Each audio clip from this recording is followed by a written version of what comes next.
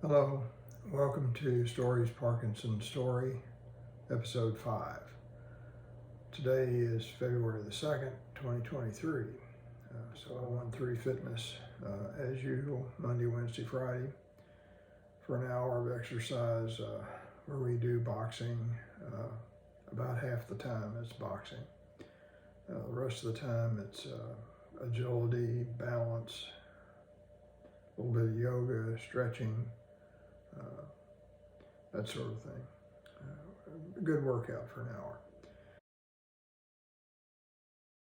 Monday was the start of a week of significant weather. I went to the fitness center because later that day a cold front was due that was going to make a significant change in the weather.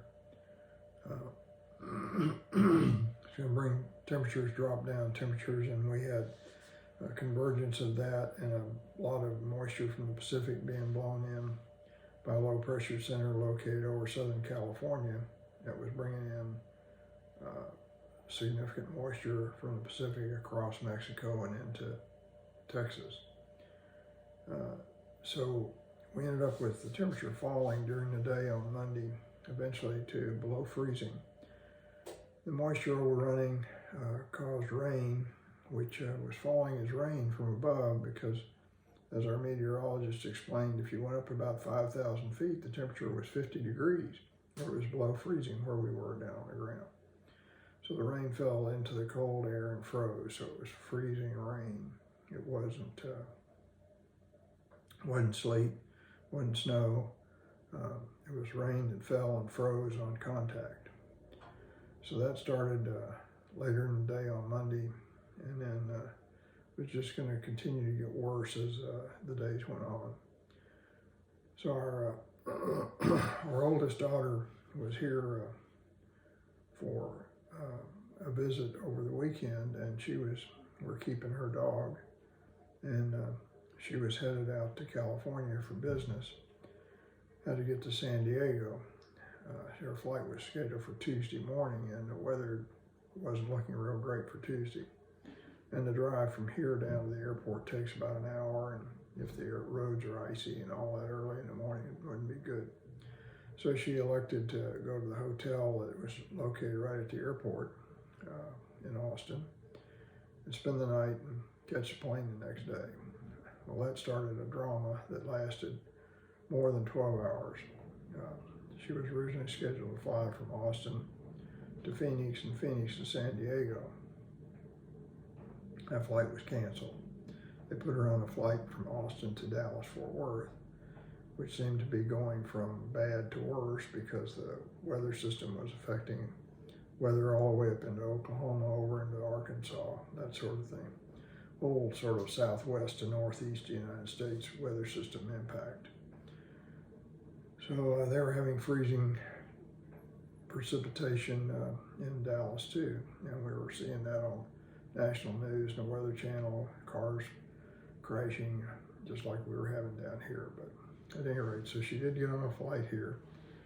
American Airlines took her to Dallas. Then the flight in Dallas, from Dallas to San Diego, was canceled. They booked her on another flight. And then they started having problems. The crew came in for the airplane. They were short of a flight attendant. They tried to get a flight attendant. They finally got a flight attendant. Then there was some sort of a problem with the captain. I don't know if he ran out of duty day or what the deal was, but then they had to get a whole new crew. So luckily they canceled a bunch of other flights, but they did not cancel her flight, but it was delayed. So we were wondering, is she going to get out, or is this going to be canceled? There was going to be a significant problem because she really needed to get to San Diego to do the pack up for a bunch of her equipment that has to go to Mexico for her next event. And she's the only one who knows what needs to go into the container. So if she wasn't there, that was going to impact the show downstream. So finally, they got a crew. They had a crew minus a pilot. They had a pilot coming in on a flight at 7:39 at night who was going to be their pilot. he got there, they got on board the airplane, then it took forever. And they finally, we were watching her because we were able to track her phone, saw that they backed out, they did pushback, and the airplane taxied along and finally took off after almost 9 o'clock at night. So this all started before 8 o'clock in the morning, and 9 o'clock at night she finally got off of Dallas. And she did make it to San Diego. Meanwhile, our weather had gone from bad to worse. Significant ice buildup on trees, roads were closed. Everything was closed on Tuesday. And before Tuesday was over with, they knew they had to close Wednesday. Before Wednesday was over with, they knew they had to close Thursday because the weather was just that bad. So we were iced in on Tuesday, Wednesday, and Thursday. Fortunately, where we are, all of our utilities are underground, so we didn't have any problem with iced up trees falling on power lines and cutting the power. There were some power outages in the city of Georgetown and significant power outages in Austin, over 100,000 people without power. Still, this is Thursday afternoon, so we basically couldn't do anything. All my physical fitness stuff was canceled. Fitness center was closed, 413 is closed. I think 413 will be open tomorrow because we finally managed to get above freezing today on Thursday, and ice is melting. So we're going to be able to drive without taking our life in our hands.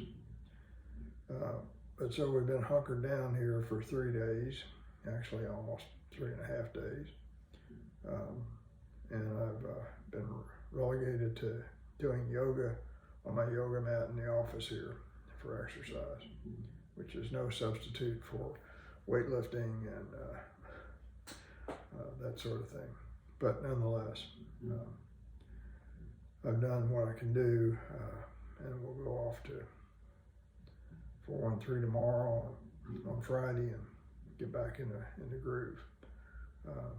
And our daughter is due back from San Diego tonight at about 11 o'clock. And fortunately, the road should be okay, and she should be able to get home. But that'll put her home. It'll be after midnight by the time she gets in. But that's been the nature of the week. My digestive issues have continued, but they seem to have slowed down and corrected themselves. I've stopped taking Miralax. It seems like when I take Miralax, that creates the problem. And you can't win. I take fiber every day, which is supposed to help with keeping you from being constipated, help with diverticulitis, which I have. My primary care and my gastroenterologist both suggested I take Miralax, but it seems like when I take Miralax, even taking just a partial dose or every other day, it's too much. We go from not moving to moving. So anyway, I've stopped the Miralax and I seem to be doing better. We'll see. Try and manage it. Other than that, I've been sleeping pretty well. I did get up one morning early because I just woke up and, since I was laying there in bed. I didn't get up this morning till after 6:30. My sleep time on my Apple Watch is set for 7 o'clock. Wake up time, 10:30 to bed, 7:30 up in the morning. I do good to get to bed at 10:30 at night, and it's hard for me to sleep all the way till 7 o'clock in the morning. I tend to get up earlier than that. If I'm going to 413, 8 o'clock's okay because 413 doesn't start till 9:15. But like on Tuesdays, my personal trainer weightlifting is 8 o'clock in the morning. Thursdays, though, he's not till noon. So, it just varies by day. So that's really about it so far this week. It's just been weather and not doing much of anything. Parkinson symptoms wise, I think I'm okay. You notice the issue with voice. I probably haven't had enough water to drink today.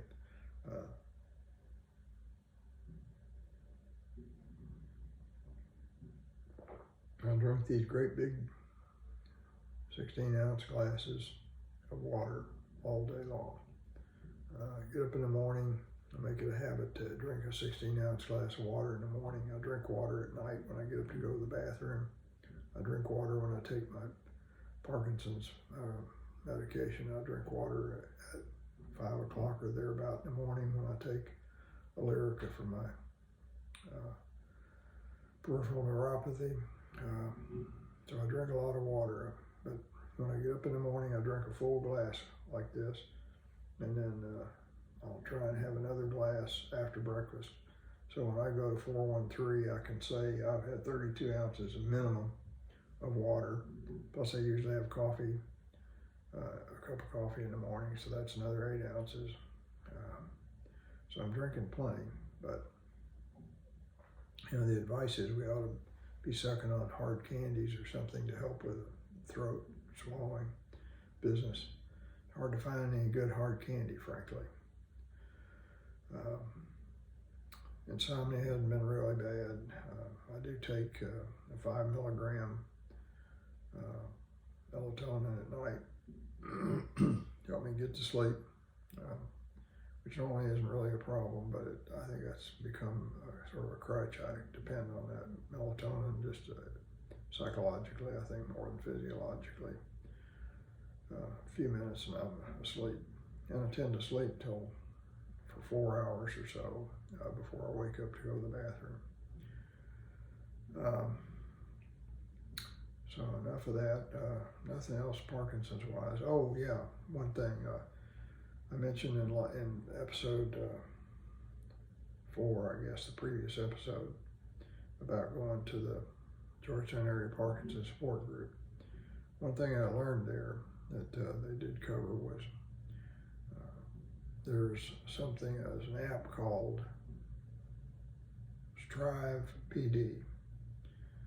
Strive PD.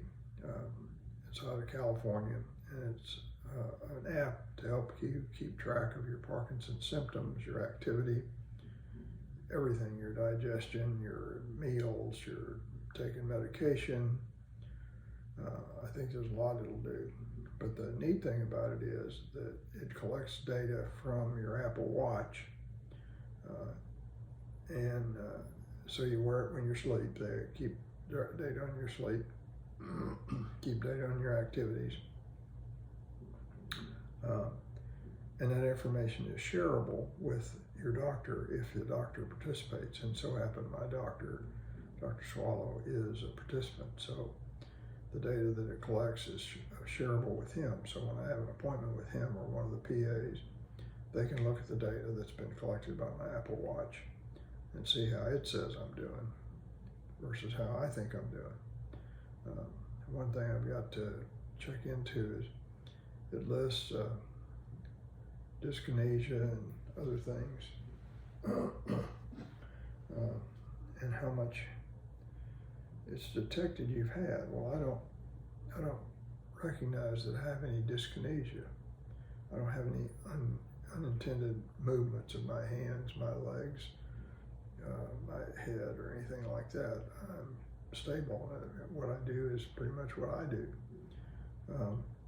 I don't have tremors, so I'm not sure what it's detecting that it thinks is dyskinesia. So that's just something investigative that I've got to do. But that's it here on Thursday afternoon, the 2nd of February.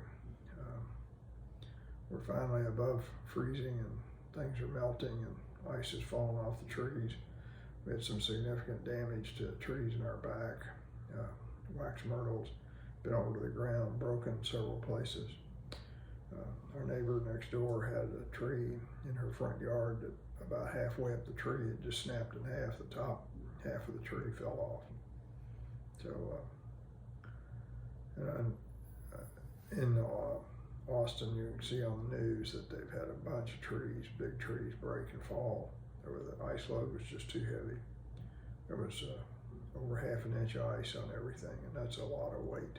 Power lines, trees falling into power lines. That's why they got 100,000 plus people without power.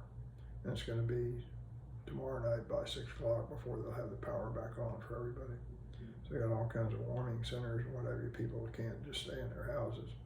Temperature in their houses gets too cold without any heat. So it's been a challenging week so far. Hopefully tomorrow we'll return to something more like normal, and we'll get our daughter, see where she's going to be. She might be staying there for another weekend. I don't know.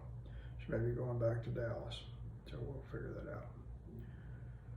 But next episode will be episode 6. So until next time.